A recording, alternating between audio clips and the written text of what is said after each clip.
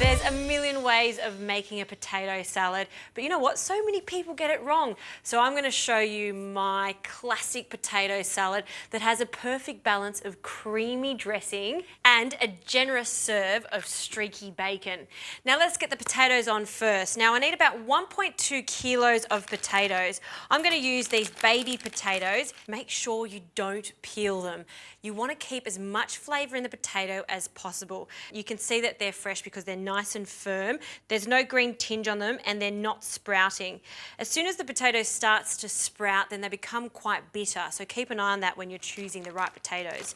Now I'm going to steam these today, but you can place them in a pot of cold water and then bring it up to the boil. That's a general rule when you're cooking with root vegetables. Steaming's a great way, however, to keep in as much flavour as possible. So into a steamer basket, I've placed some water in the bottom of the saucepan and add a generous amount of water because these are going to take about 40 minutes to steam. Now, of course, the time does really depend on what size your potatoes are. So the trick is to just place a skewer in the centre of them, and if the skewer comes out quite easily, then you know they're ready. Nothing worse than an undercooked potato for a potato salad. Place that in an even layer, lid goes on, and then now we'll turn the heat on it.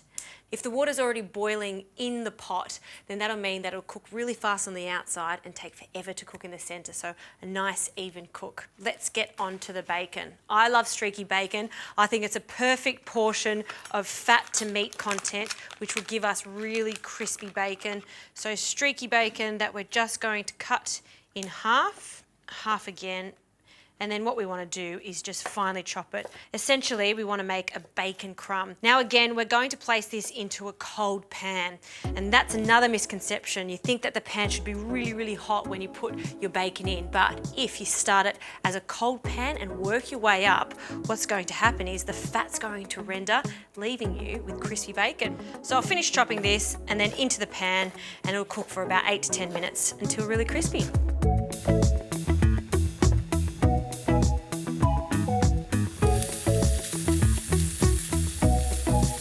Okay, this bacon is looking good. It's starting to become really, really crispy, and I've got a little bit of paper towel on standby. So once that's golden, we'll take it out and drain off the excess fat. We can now get onto our dressing. I love the combination of sour cream and mayonnaise. So sour cream is fantastic because it has that really nice tangy flavour to it. We'll say around 200 mils. And then a generous amount of whole egg mayonnaise. Please, please, please don't use that sweet mayonnaise for this. Even better, if you can make your own, it'll taste fantastic. We need some pickles in this, so good old classic Dijon mustard. And then for some heat, I love the addition of some cayenne pepper. And then to give it a really lovely zing, the combination of red wine vinegar, you can also use white wine vinegar or apple cider vinegar, and the zest of 1 whole lemon. We want to break through the richness of the mayonnaise and the cream, so zest of lemon, vinegar, and the juice of the lemon will do the trick. Just cut that in half, and a really good squeeze. Okay, now give that a whisk just to bring the whole thing together, and then we'll have a taste for seasoning. We don't want to add too much salt to this dressing because we are adding quite a substantial amount of bacon, which is already salty. All right, that is looking great, really creamy. So I'll have a taste. Oh, it's so good. It's got so much flavour going on there with that addition of the mustard and the cayenne pepper. All right, it's ready to go. And listen to that crispy bacon. There's nothing more satisfying than cooking bacon, but we do need to drain away any excess fat and just let that cool down a bit. Once that cools down, it becomes really, really crispy, just like crackling. Okay, for the herbs for this, I love a combination of parsley, dill, spring onions, and chives. I'm also going to add some cornichons, which are baby pickles.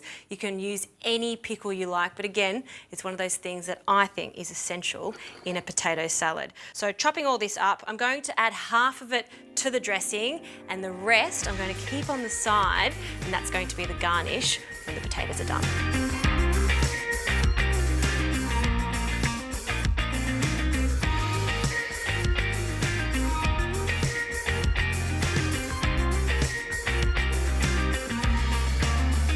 So our dressing's done and the garnish is ready. Let's have a look at these potatoes. They've been cooking for 40 minutes. I've turned them off and allowed them to just cool enough so that you can handle them. Now, in regards to checking if the potato is cooked, just place a skewer in the center, and if it doesn't resist, it's ready to go. These potatoes are fantastic as is. You can leave the skin on, but I'm just going to take it to the next level, and this is the easiest way to peel them, just with your fingers. And you can see the skin comes off so easily. So I'm going to finish these potatoes, roughly chop them, and then place them in our delicious dressing.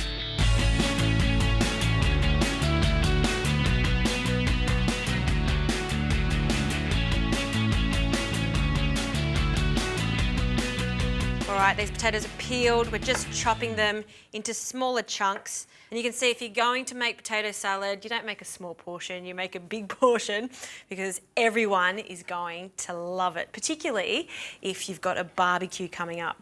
And then we're going to fold them into the sauce. Now, it does seem like quite a lot of sauce, but these potatoes are still warm, so they will absorb some of that delicious sauce. So I'll just plate up a smaller portion just for me today. And if you are going to make this ahead of time, let's say a couple of hours, and you do need to put it in the fridge, by all means do that, but take it back out of the fridge 1 to 2 hours before serving it, so it does come back to room temperature, because it's just going to taste so much better. All right, our little garnish, fresh herbs over the top, and then our crunchy bacon that resembles crackling. That is, honestly, the best potato salad you'll ever make.